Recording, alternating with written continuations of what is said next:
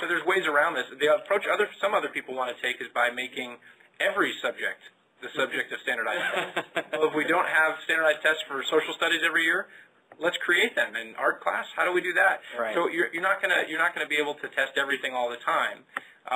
There are other notions out there. Could we use these periodic assessments that we do?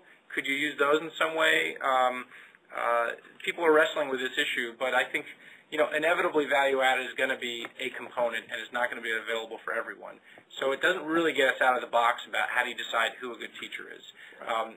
There's still a lot of work to be done on that. Yeah. I think one of the most interesting things about the value-added debate is that in some cities, particularly where there's been attempts to link teacher performance to compensation, there have been some really, really interesting exercises that teachers have conducted that have challenged them to sit down every year and write objectives for themselves and for their students, and then measure themselves against the achievement of those objectives. And the first time you try to do that, those conversations are very, very hard. Yeah. I'm a PE teacher. What does it mean? What do I expect my kids to be able to gain through the course of a year? It's very hard.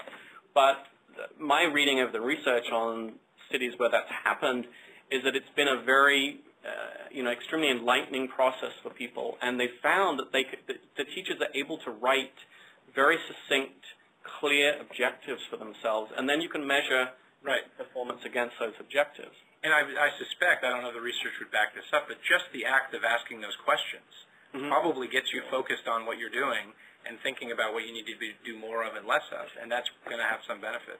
Yeah. So there's a couple of other really interesting questions. One I'll answer first, and then we'll go back to a question about termination of teachers. What's the most effective manner in which teachers can use value-added to improve their own performance or ability, do you think? It's a good question and a tricky answer.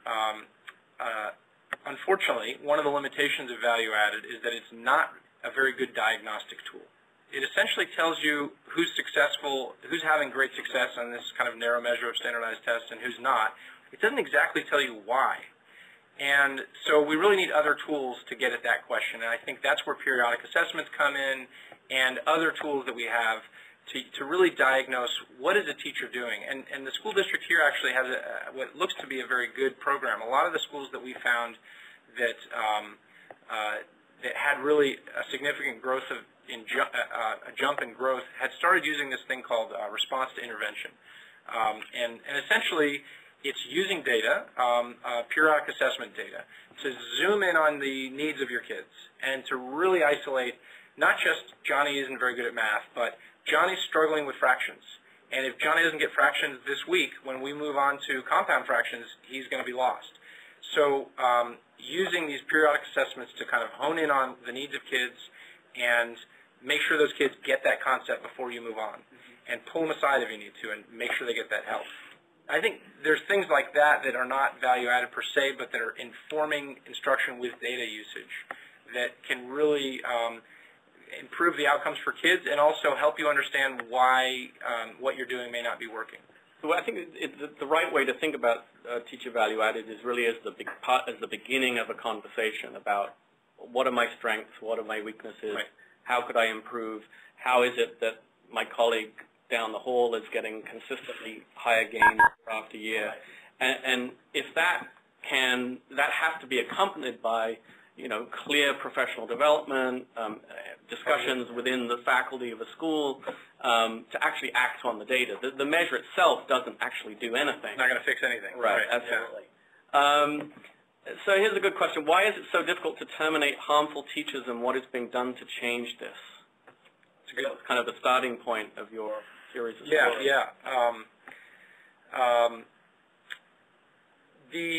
The answer really lies in kind of the history of protections that have been afforded to teachers under state law and under union contracts, and those came about decades ago in response to kind of what was often kind of arbitrary and capricious treatment of largely male principals to largely female teachers. And so there was this really kind of abusive environment in schools where teachers were being mistreated. Fast forward 6 decades, we're still using that system, which affords teachers a lot of the protections that you see in also civil service jobs and in other positions. where essentially the most often used metric of performance is how long you've been there, and people aren't held accountable for their performance. And then to prevent arbitrary and capricious treatment, there's a whole layer of job protections built in, due process rights for teachers. So in California, this has been the case for a long time, and there's some effort to rethink. So if you go back all the way to the 70s in California, teachers who were dismissed had a right to go to a civil courthouse and have a hearing about whether it was a rightful dismissal. In the 70s, there was this thing called the Stoll Act, and we changed that, and we basically threw it to administrative courts. So now there's this whole system of adjudicating the discharge of teachers.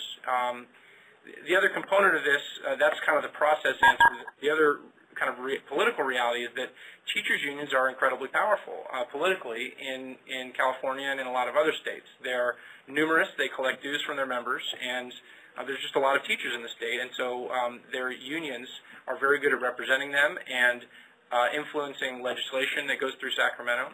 And they care about protecting their teachers. That's what they're in business for, and so they're pretty good at it. So they fight the school districts along the kind of long administrative process and make it very costly and very hard to dismiss teachers.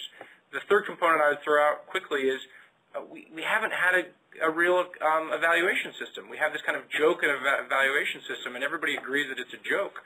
So the problem with that is when you go to fire a teacher because they're molesting kids or something, the teacher can point to years of positive evaluations and say, what are you saying? I'm a great teacher. Look at all these evaluations that you filled out. So it's a complicated problem. It's not going to be unwound quickly. But I think that creating a better evaluation tool is kind of a first step. There's a state law component to this. There's a union district contract negotiation component to it. It's a kind of burly knot, but I think a lot of people are focused on it now because, when you have somebody like that in the classroom, it's a problem. Yeah, I mean, I think the policy, the political landscape around this issue is extremely complicated, and I think one of the important things to think about with introducing more objective teacher evaluation is not necessarily I think maybe a few people do this, but most don't go into it with the idea that it's going to result in the termination of a huge number of teachers. The initial goal, presumably, is to try to give people the opportunity to improve, to learn about what their effective colleagues are doing and be given an opportunity to improve, but that at some point there may be a handful of teachers, 1%, 4%, 5%, or whatever it may be, of teachers who ultimately would be better suited in another profession. The other thing I think that's really important about this is one thing we've learned from the research on accountability is that generally positive incentives work better than negative incentives. Right. So some more of the focus around teacher value added might be better directed to thinking about how can we better reward the most effective teachers, how can we share their expertise with other teachers rather than focus on punishing or, in this case, terminating the least effective teachers. Yeah. Let's see. There was a great question from Danine. Sorry if I mispronounced your name. If low-performing schools or teachers are found to be ineffective, why don't districts target resources and more effective teachers to those schools? The first part of that answer is that the districts, at least in LA, don't even know which are the high-performing teachers in low-performing schools. I mean, the districts rely on the federal and state accountability systems, which are looking at achievement, and essentially that's a self-fulfilling prophecy. Schools in rich communities are high-achieving schools, and schools in poor communities are low-achieving schools. And so the effect of the current accountability systems is to essentially say our poor schools are failing and our rich schools are succeeding. When you look at value-added data, you see a very different picture in many cases. You see that some schools in wealthy communities are kind of getting these high-achieving kids and doing almost nothing with them. They're kind of resting on their laurels and not doing much teaching.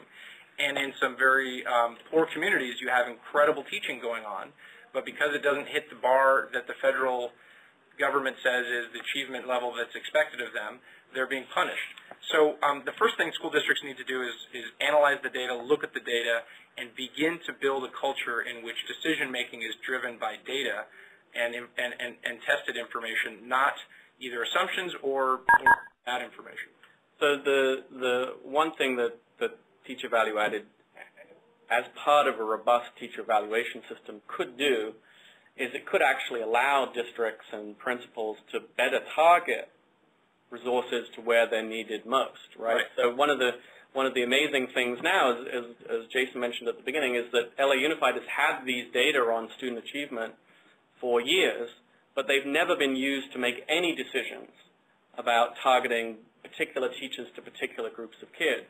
And that has to be done carefully, but having a robust evaluation system would enable the kind of targeting, the kind that the question implies. And I would raise a cautionary note about resources being the answer. It's a common theme, but I'm working on a story right now about turnaround efforts, and in particular in California.